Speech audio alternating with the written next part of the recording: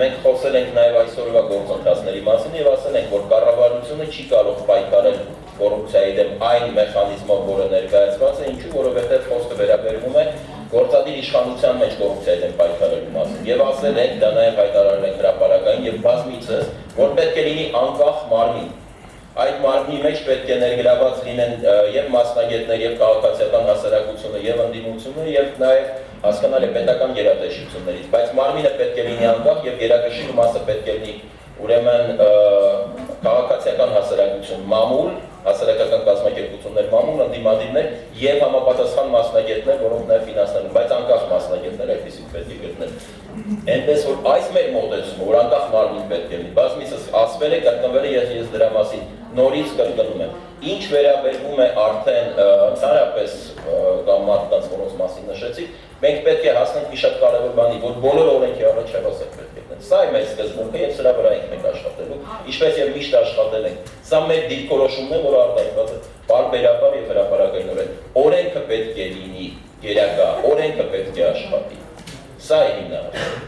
X News Պարոն Շաքեթյան, բազմիցս հայկական վերաբերյալ հայտարարում, որ իրենց համակիրների բազմահազար է, մոտավորապես հայտնի գրանցության քանի տոկոսն է կազմում հայկական վերաբերյալ։ Ես ձեզ համընթաց հարց տամ, դուք կարող եք այսօր ասել ինձ Հայաստանի բնակչությունը որքան է։ Ոչ պաշտոնական տվյալներով։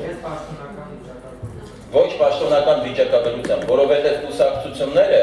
եւ հայկական վերածնունդը դրա նաեւ օրինաց երկիրը դրանից առաջ գործ ունենք ռեալ մարդկանց հետ, մարզերում, տարածքներում։ Հիմա երբ որ դուք ասում եք քանի տոկոսն է, ես ուզում եմ հարցնեմ, դուք հաշվարկի ինչպիսի միավորից եք սկսում։ Դուք բնականաբար պետք է հաշվարկեք։ Մենք տոկոսը չենք հաշվարկում, մենք հաշվարկում ենք մեր կուսակցականների թիվը։ Հիմա այս րոպեին իսկապես տասնյակ հազար է միգուցե մոտավորապես 100-ի է մոտենում, որովհետև մենք միշտ եղել ենք զանգվածային կուսակցության սկզբունքներով դասական առումով կուսակցություն ձևավորած քաղաքական ուժ, ինչպես նաև բազմաթիվ անձինք են ներգրավում։ Ես կարծում եմ, որ նույնիսկ 100,000-ից ավել, որովհետև նոր մեզ միավորող կուսակցությունների անդամակցություն կա, ուղղակի հիմա անդամակցում է տեղի ունենում, ինչպես նաև հաշվարկում, որովհետև ներքին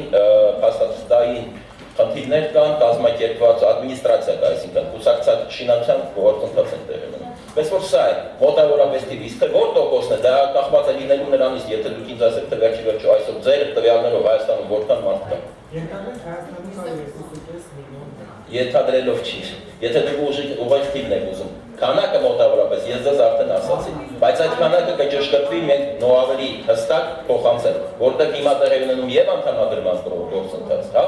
եւ